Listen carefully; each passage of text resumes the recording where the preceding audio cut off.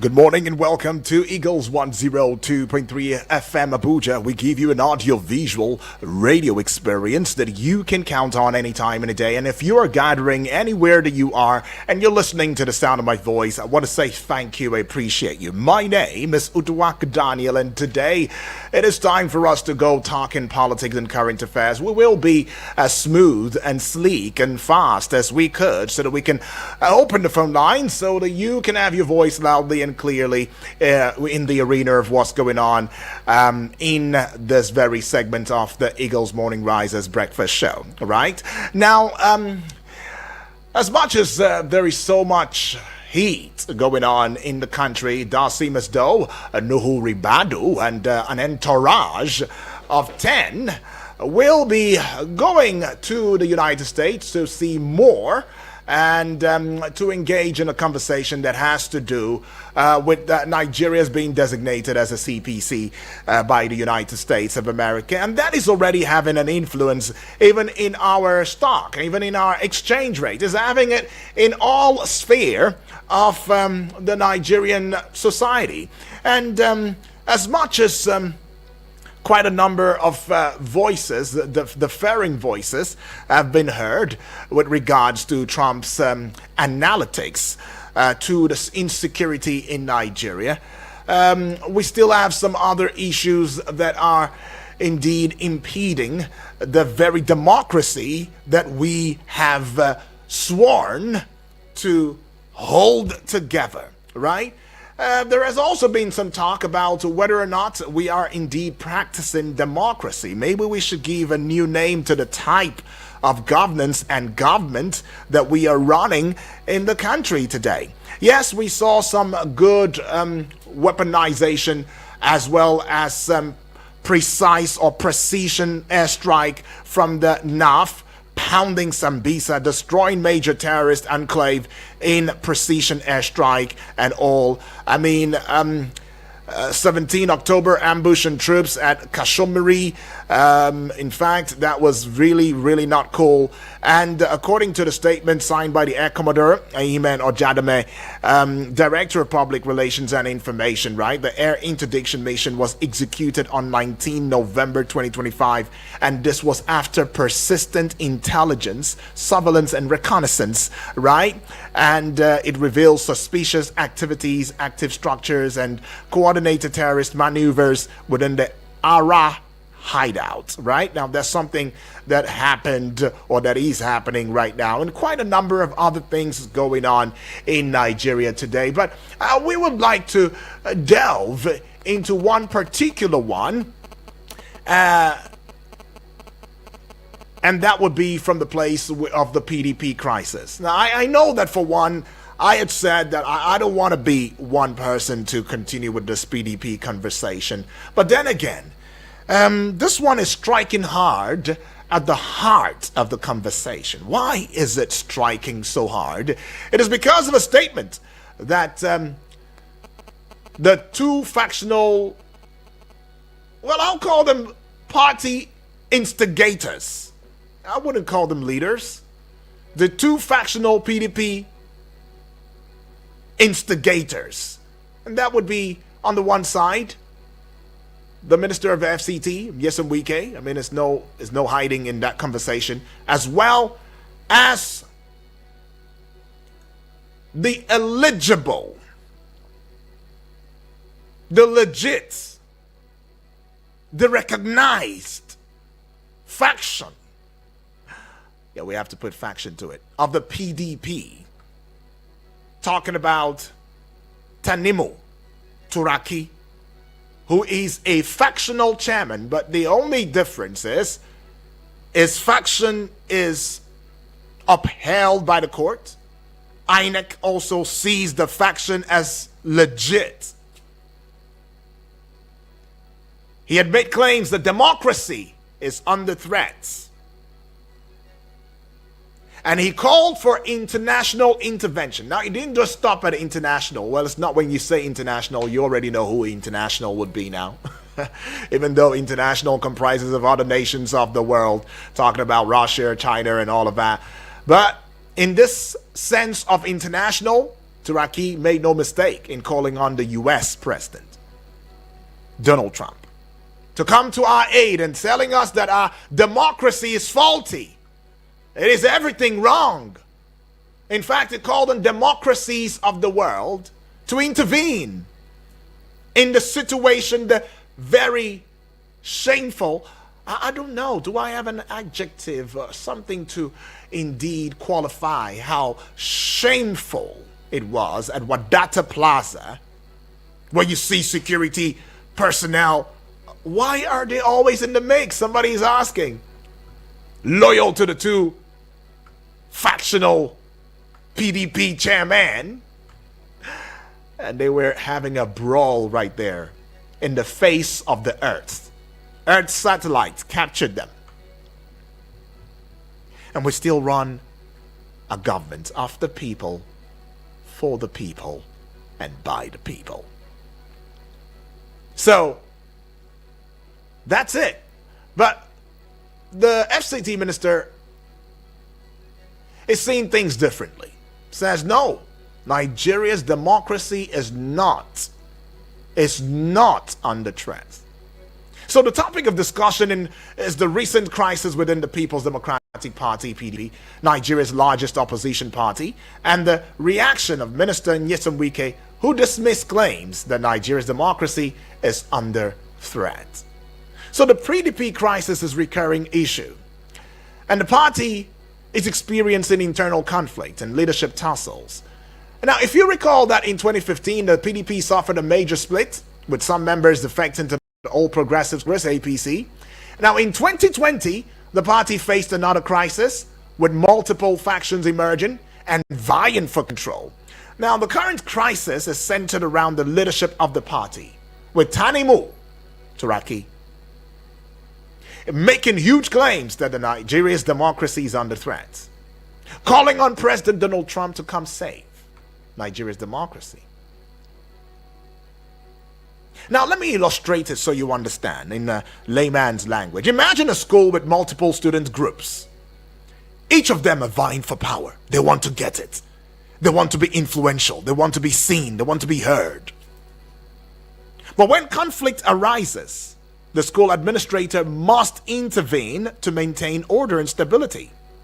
Right? That's how it goes, right? So, in any way possible, the school administration will explore those ways, whether they're using the school prefects, they're using the housemasters, they're using the labor masters, labor prefects, or whoever, just to ensure that things go rightly. Now, similarly now, Nigeria's democratic institutions must navigate the PDP crisis to ensure the country's stability and progress. And that's a fact. And there are no two ways about it.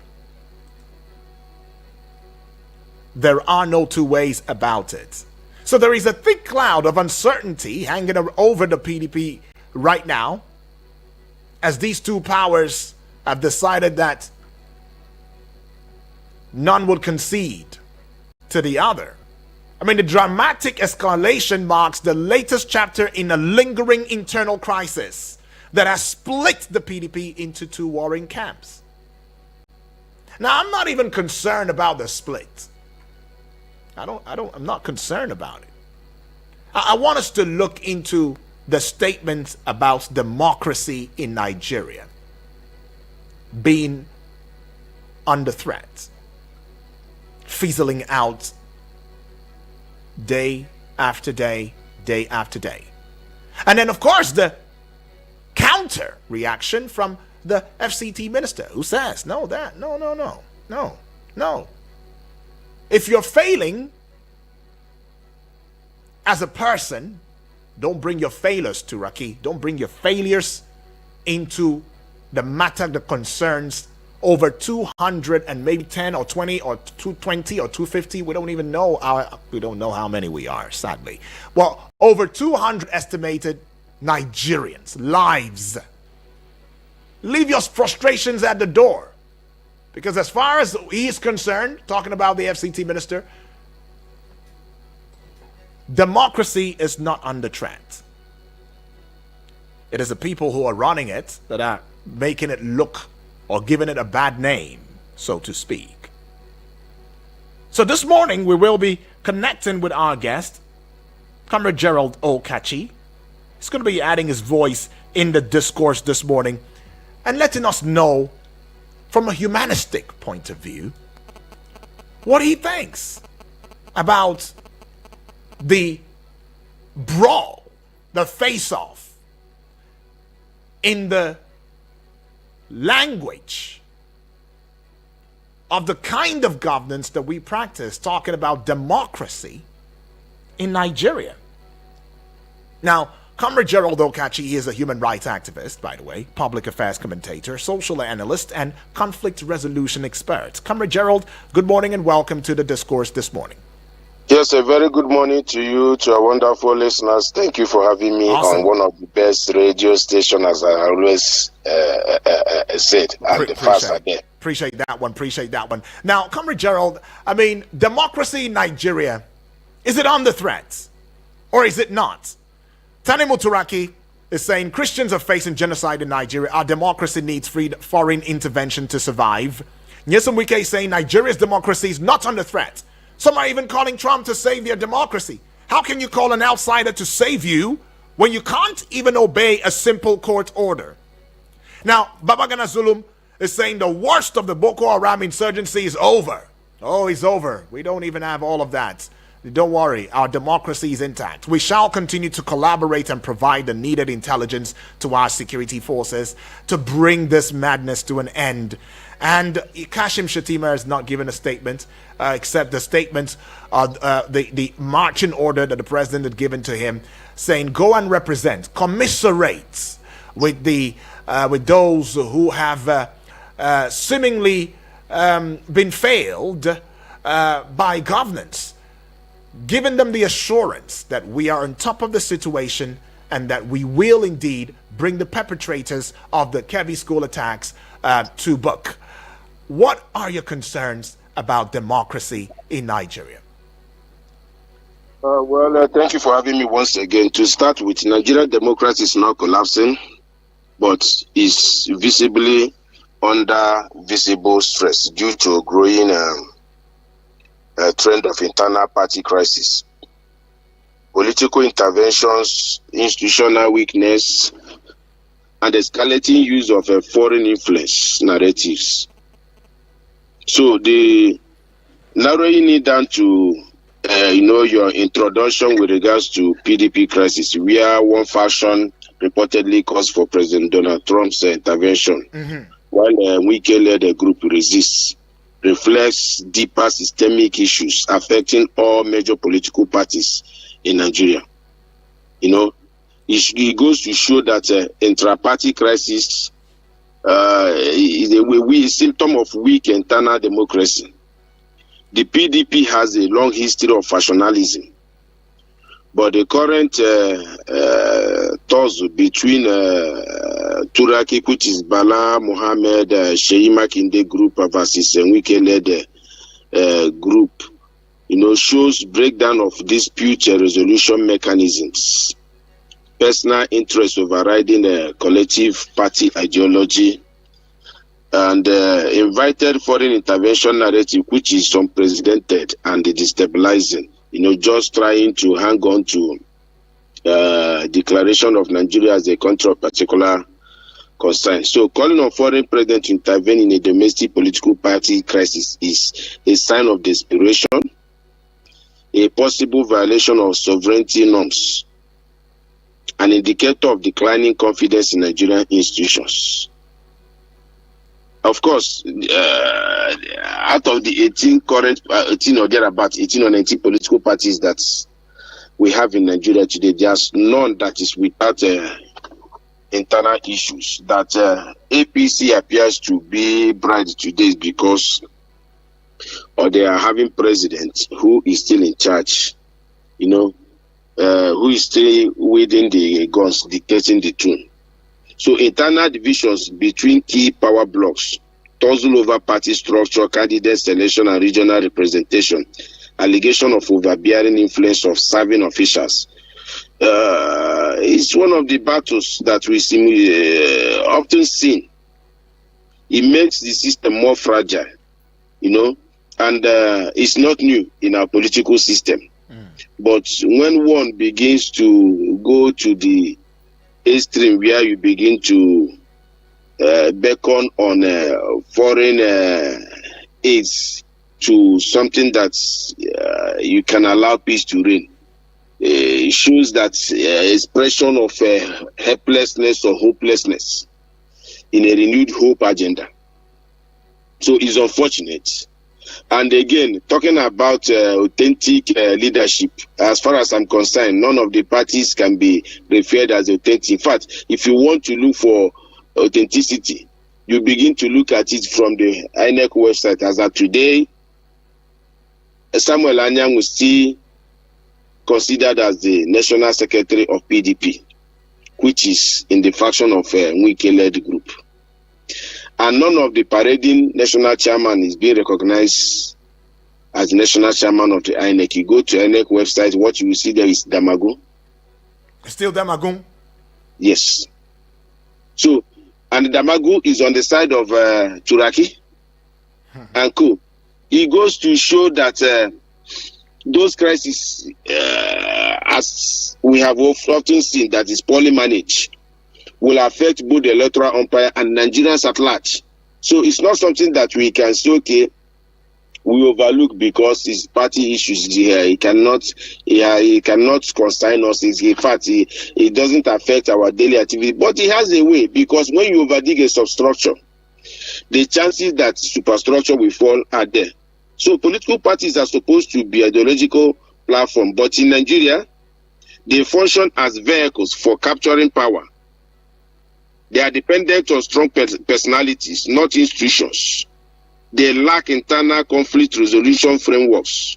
This weakens national democratic culture and they erodes public trust or confidence, where you begin to see citizens seeing endless court cases, suspensions and counter-suspensions, factional national chairmen, demand for foreign intervention. They lose trust in political system, and that is why you continue to see voter party whenever election is called.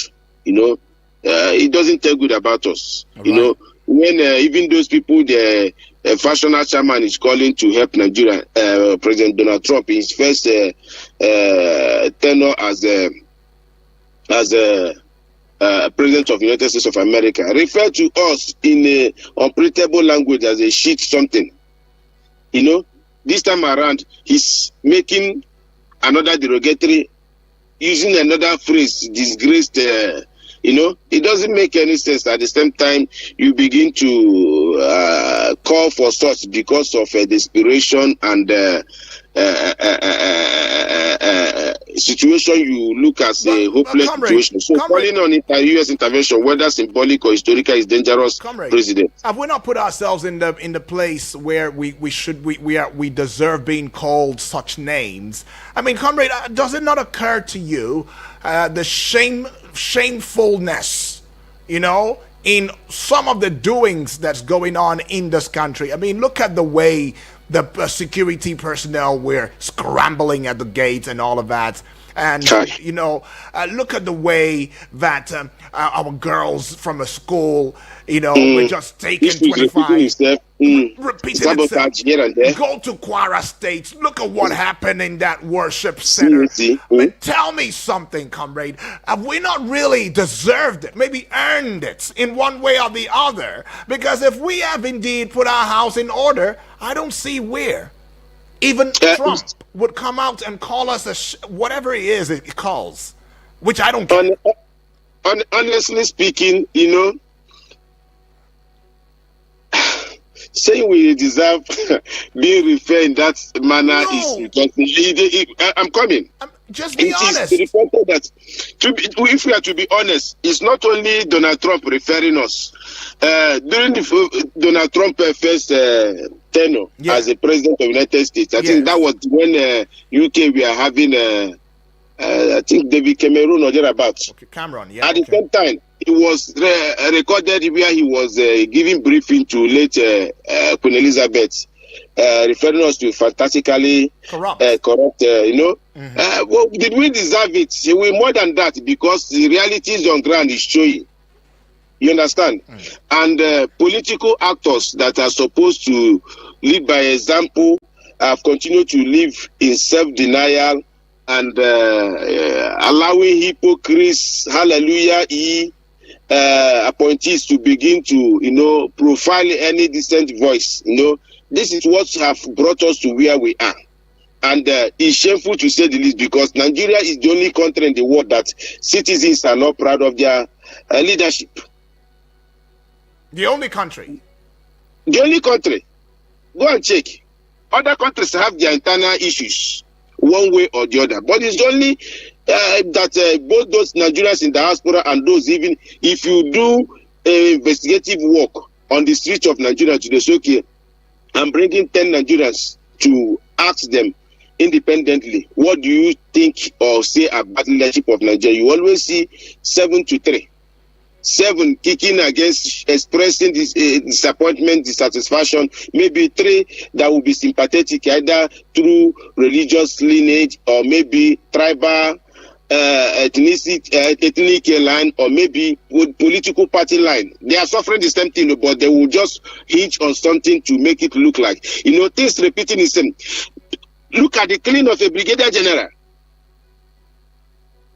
It's enough to put us, in that category of phrases used by Donald Trump, and it's very shameful that a witch cried at night and the child is dying in the morning. It's very shameful. So it appears like, are we deserving of what is being called to us or referred to us? It's for us to stand up, do the right thing.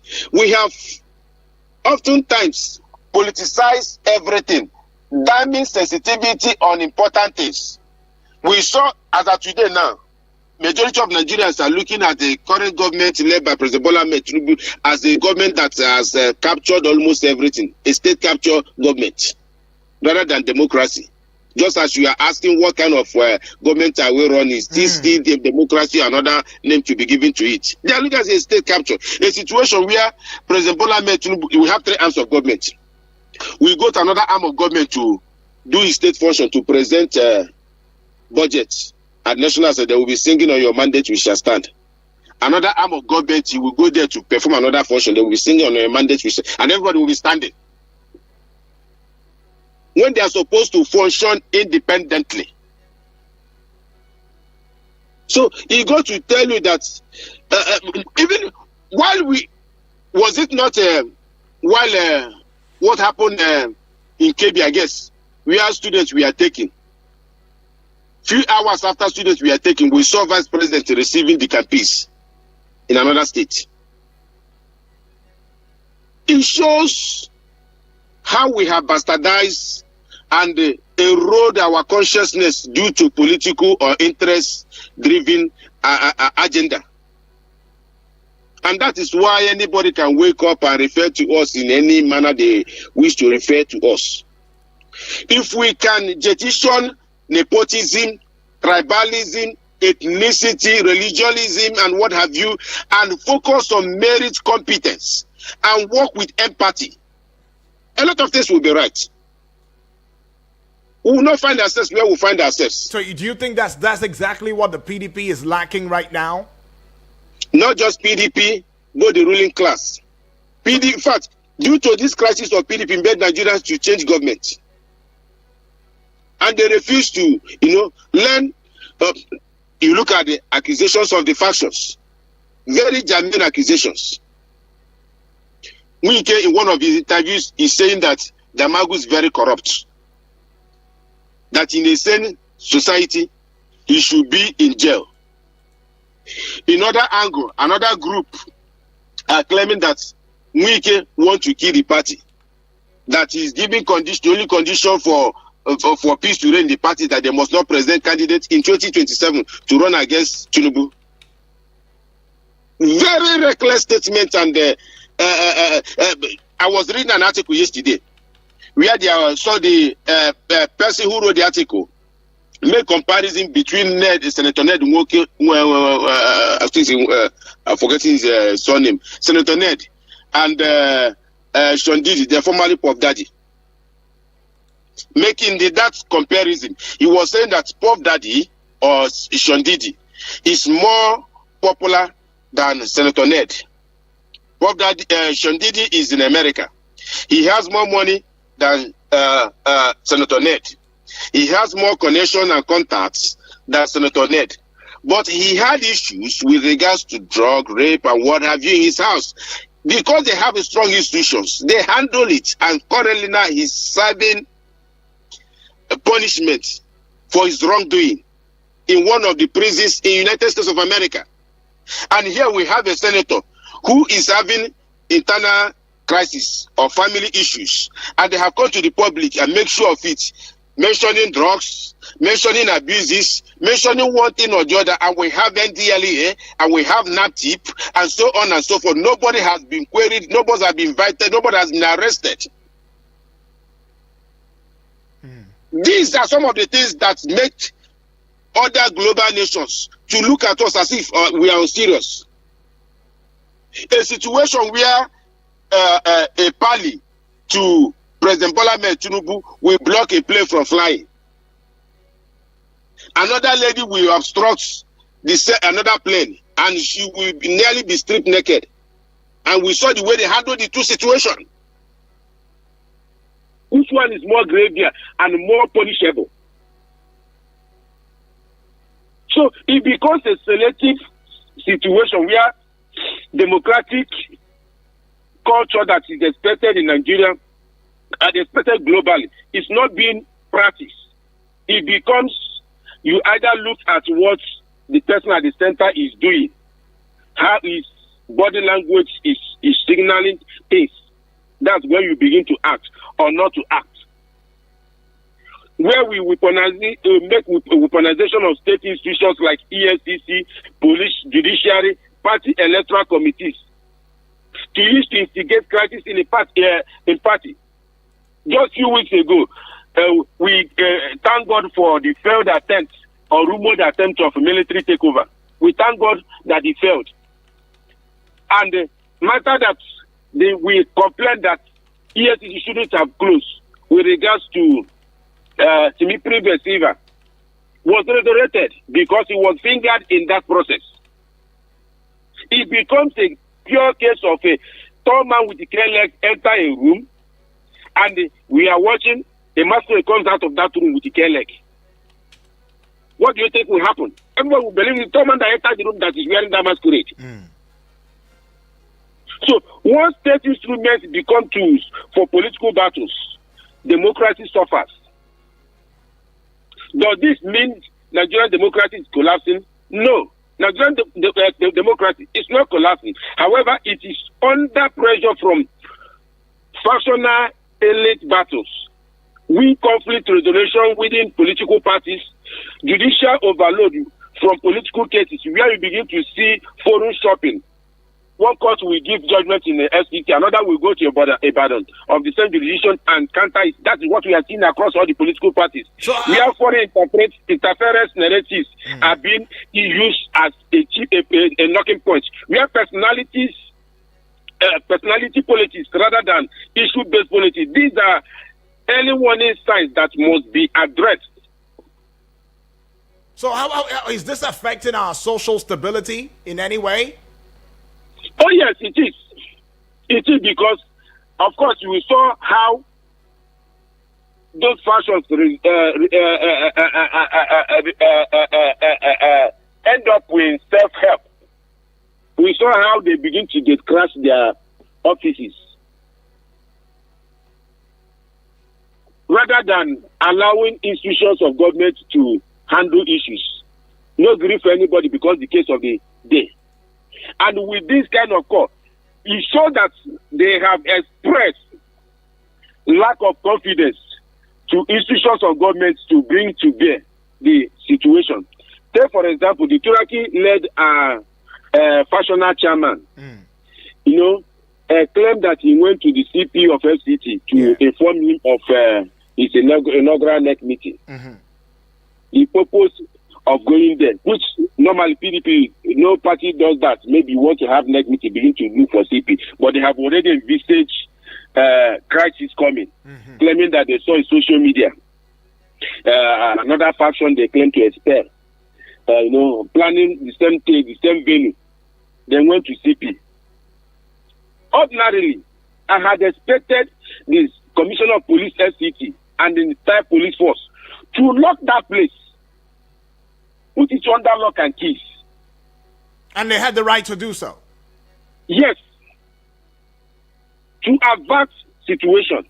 Even with the differing court orders? Don't you think they are put in a state of confusion? You understand? They should have swinging immediately, not minding whose odds is God. Block complete enter, not a situation whereby Wike group will go there after when they finish addressing the press or doing whatever they want to do. Another group will come with get crashing to do the same thing in the same vein.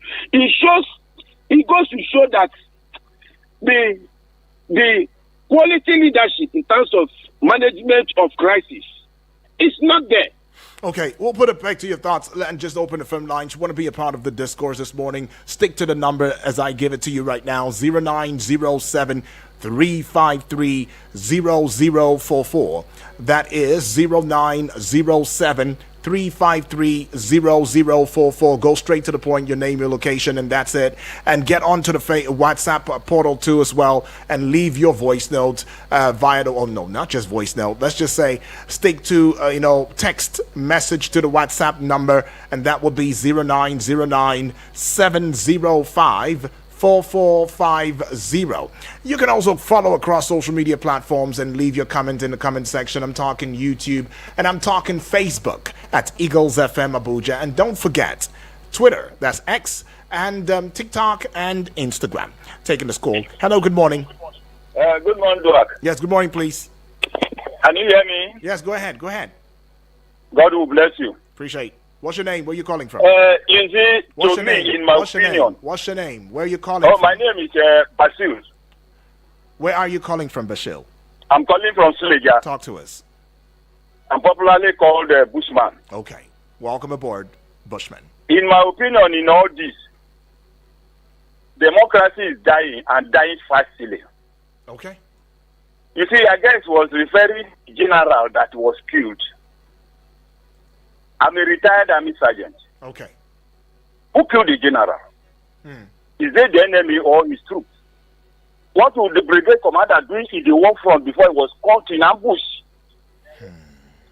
Any operation that involves a brigade, that is a brigade operation, that it contains 10 battalions and 30 other support units. A lot of things happens. If you look at a PDP, is he working for PDP? Let us say the truth, and that is the truth that can only set us free. So that God will continue to bless you. All right, appreciate, man. Thank you. And all your colleagues. Good morning. Good morning. All right, let us be truthful. Speak the truth. It said, is Wike working for the PDP? But the question should be, should Wike be working for the PDP, or should the Wike be working for the Nigerian people under the Constitution of the Federal Republic of Nigeria, under the platform of whether PDP or APC or whatever platform he chooses? I think shouldn't there be a primary cause for the work? But anyways, you've also put out something there, something for us to thinker on, and that will be who killed the Brigadier General under a democratic system. Well, keep the calls coming through. We can take one more call and maybe one more message before we call it a close. But we see this one here, and this one is coming from James, all the way from Suleja. So James is saying, are we truly practicing a democracy where every opposition state governor attributes connecting to the center in Abuja as their excuse for making camps to the ruling party? Isn't there a clear indication that states who are not in the ruling party are disconnected from the federal government? Are we truly a democracy when a supposed member of an opposition party has facilitated the decamping of state governors from his own party into the ruling party and still fights for control of the same party he is decimating? Democracy, like we are taught growing up, is government of the people, for the people, and by the people. But what we are experiencing is clearly government of some people, for some people, and by those very same people. Isn't it surprising that the crisis in Labour Party has suddenly gone silent and the focus is back on PDP? Democracy will continue to suffer when there are no level playing grounds for everyone. On Your Mandate We Shall Stand is now the unofficial anthem in government institutions that are supposed to remain independent. If you sent me a voice note, please, I would advise that you sent me a message, a text message to the WhatsApp portal number. Well, let's get back with you, comrade. You heard what, family members said. Now, what will be your, rights to respond to this? Yes, first, is Wike working for PDP or not? I think Wike is working for PDP. Over the years, he has proven to have maintained certain level of commitment. In fact, I have never heard or seen that Wike has joined one political party or the other except PDP, where he belongs since 1990s to date. And he has bankrolled the party. Then, coming issue of appointment, it is not the first time that presidency or from a political party will be appointing different people from different political backgrounds. We saw it with Yaradua. We saw it with Goodluck Jonathan. We are seeing it with President Bola Ahmed Tinubu, And it's not only Wike that he appointed. We also saw appointment of some officials from both Labour Party, APGA, SDP and the rest. The Minister for State of Foreign Affairs, that is the wife of Juku, is of APGA. And during the last off-cycle election, which my organization participated as a domestic observer, we saw her campaign for a political party, which is Soludo, against the government he was working with. So let's just try to separate those issues. But then coming to issues of threat to democracy, Nigerian democracy is not failing, but it is under significant threat due to this crisis or PDP crisis or internal struggle by political parties or over-reliance on personalities. Attempts to drag foreign leaders into domestic politics is not the best. This development shows the urgent need for institutional strengthening, political actors restraint, and they renew their commitment to democratic norms. You understand? So, I listened to one of the things you read with regards to on your mandate that has been become a tool that is being used anywhere. It shows the sensitivity of the leadership we have today. I expect President Bola Ahmed Tinubu to direct whoever that is singing that to stop that forthwith. It should be only used in political gathering and not the other time they killed over 200 in Yelwata. And we expect some level of empathy. We're supposed to be in a money situation, and we saw them going to Makurdi singing the same thing. At the end of the day, he couldn't get to Yelwata. They were claiming the road was not too good and so on and so forth. So we shouldn't be having a government that is reactive. We need a government that is proactive. So let me ask you, comrade, in your final thoughts. What I know that you've along the line as you gave your submission, you gave some solution. What can you please itemize what those solutions are for us, especially in the face of democracy today? The solutions I can itemize or recommend is that we should strengthen internal party democracy.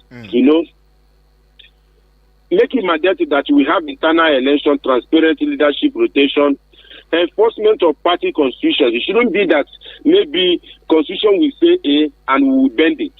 We should also look at rebuilding national institutions like judiciary, INEC, anti-corruption bodies. They should operate without political interference. Then we should look at political allies engagement. Dialogue platforms should be created to diffuse intra-party tensions, just like you have the peace peace committee that you see Bishop Kuka and pardon me, you know who I'm talking about, former head of state. That from time to time, whenever election is coming, they engage in peace engagement with political actors. We should also look at laws against external solicitation. Nigeria may need clearer legal provisions to prevent political actors from inviting foreign governments, seeking foreign interventions in the domestic dispute, and then promote civic education, where citizens should understand democratic processes to reduce manipulations. If we can look at all of this and do all of them, believe me, a lot of things will be better. Right. And it shouldn't be a situation whereby we choose what we want and what. One of the things that makes APC look very solidified so far is because they have stick to their rotation agenda. It's one of the things that is still keeping them. Any moment they try to, twist it, just as we saw with Goodluck Jonathan in 2011. Which later affected all their outcomes in 2015 and so on and so forth, that we expected even PDP to respect in 2023, but they refused and threw everything open.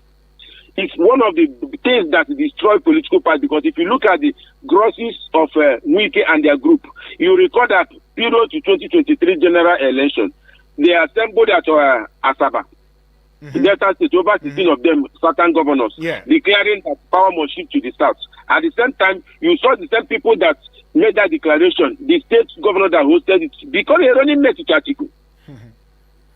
Right. You will make a declaration, you will at the same time, because of interest, sabotage it. That is the situation we find ourselves today. Right. So if we respect our constitutions, respect whatever decisions we have taken collectively, a lot of things will be fine. All right, appreciate that one from you, though, Comrade Gerald Okachi. You are a human rights activist, a public affairs, a commentator, social analyst, and conflict resolution expert, and you've added your voice expertly in this discourse this morning. Appreciate. Thank you for having me. Right, and that's the voice of Comrade Gerald Okachi, and thank you to you too for being a part of the discourse this morning. Well, what mandate am I standing on? What mandate are you standing on? I'm standing on a mandate that talks about an education system that works, the power sector that works, the healthcare sector that works, a military that is well financed, well taken care of, given all of its equipment to function appropriately. Talking about civil service that will indeed minimize corruption, even if they don't want to shun it, minimize it to the barest minimum, and let the poor breathe. I mean, breathe to yourself as a civil servant. Breathe, right? I'm looking at a political party system that will indeed stick to their constitution and do the right thing. I'm looking at a police structure that will, regardless of who you are, if they see that this is the best thing to do, they are constitutionally bound and empowered to do. Just as the guest has said, why shouldn't you have locked down the Wadata Plaza? You left it open? Or are you just really waiting to see the brawl that will happen so it makes a shameful front page headline? Then you come to salvage the situation in the end and do what you should have done in the beginning. I mean, I want to see a proactive Nigeria police force with the head knowing what to do, using discretion based on constitution to work.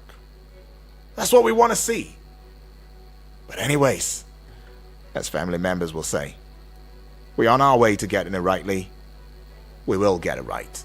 Good morning. Eagles 102.3 Abuja.